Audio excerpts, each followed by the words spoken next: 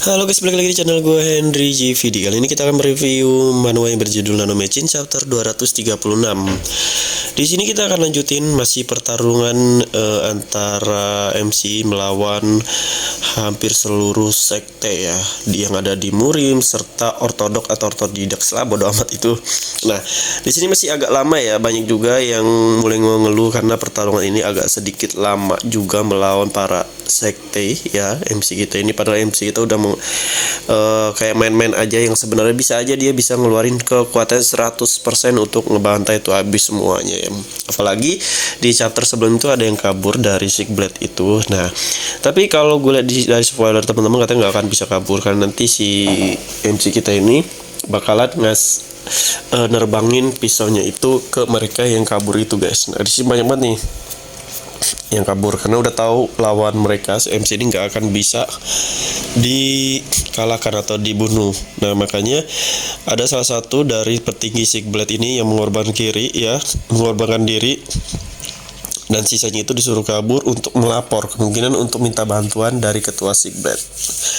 Ya pastinya MC nggak akan biarin nih, karena MC juga belum tahu kekuatan dari ketua Sigblade-nya itu seperti apa. Ini bawahannya aja, kerocok-kerocoknya aja udah kuat ya guys ya. Apalagi para yang lainnya tuh yang belum keluar. Gue nggak tahu sisa berapa lagi pokoknya.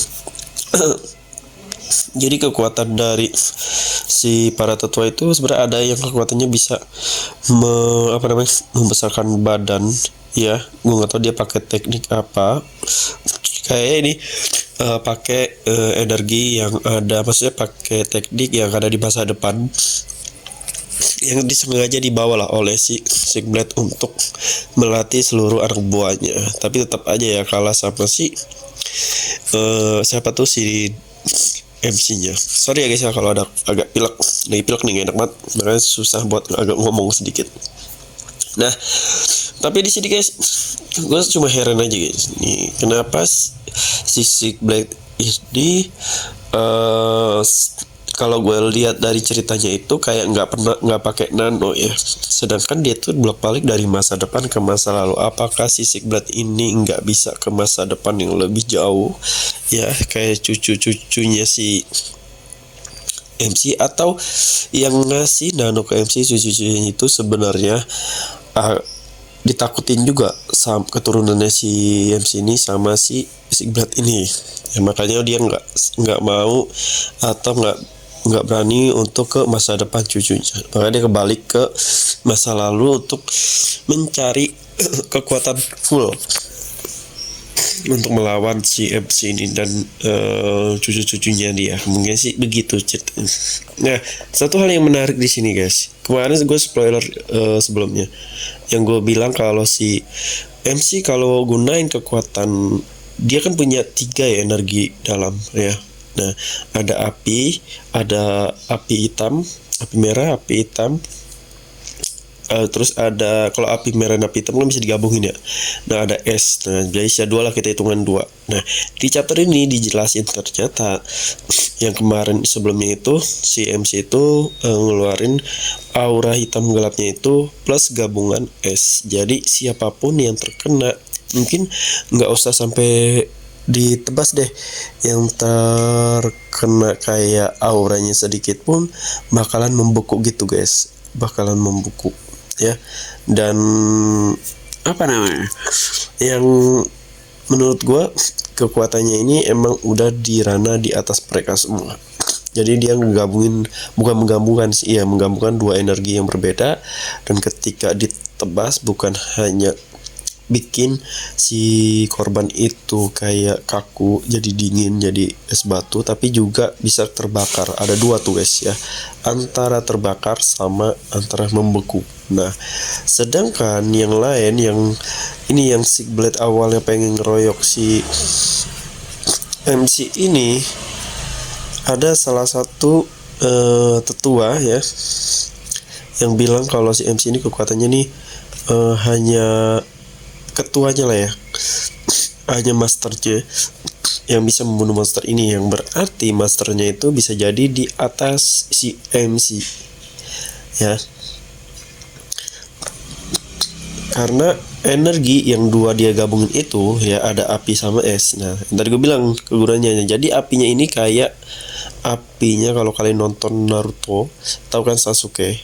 Nah, kayak gitu guys. Bedanya kalau di Sasuke itu apinya warna hitam pekat. Nah, sedangkan di manhwa ini apinya warna keunguan hitam, unguan hitam.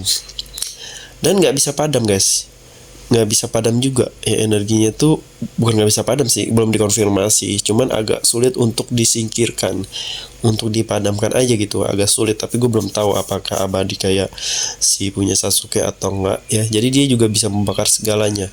Nah, perbedaannya di sini apinya dari si Shenhua atau si MC kita ini lebih bersahabat sama pemakainya ya. Kalau si Sasuke itu nggak bisa guys. Kalau di dia pun kalau dia kena kayak Itachi nih, kena api itu juga nggak bisa. Dia harus ngilangin pakai tekniknya guys. Ada tekniknya untuk ngilangin. Jadi nggak sembarangan. Nah, beda sama si MC yang emang apinya selalu bersahabat, meskipun dia dipegang pakai tangannya, pakai di pedang itu kayak nggak akan nyakitin dia gitu, kayak mengenali. Ya, keren juga sih api, tapi belum dikonfirmasi aja apakah apinya ini sama api abadi Sasuke atau bukan yang di film Naruto. Nah, kalau yang di S sudah pasti ya. Nah, di sini gue juga ngeliat spoiler juga di teman-teman nih. Ini pertarungannya ini kan habis-habisan ya antara si monster-monster ini nih ya, anak buahnya Sickblade ya. Kalau menurut gua, kalau si mungkin ini spoiler aja ya. Kalau nanti datang Sickblade langsung ketuanya, pemimpinnya di situ melawan MC yang udah hampir ngeluarin seluruh energi, gue yakin dipastiin dia bakal KO. Dia bakalan terpojok ya, gak berdaya lah. Makanya kalau gua kan nggak baca novel. Ini perkiraan gue aja ya. Gue kan nggak mau baca novelnya, hanya pengen spoiler aja. Jadi kalau emang kemungkinan mereka bilang si MC ini bakalan sekarat lawan si Master Blade atau Sickblade yang ketuanya, ya kemungkinan ada dua.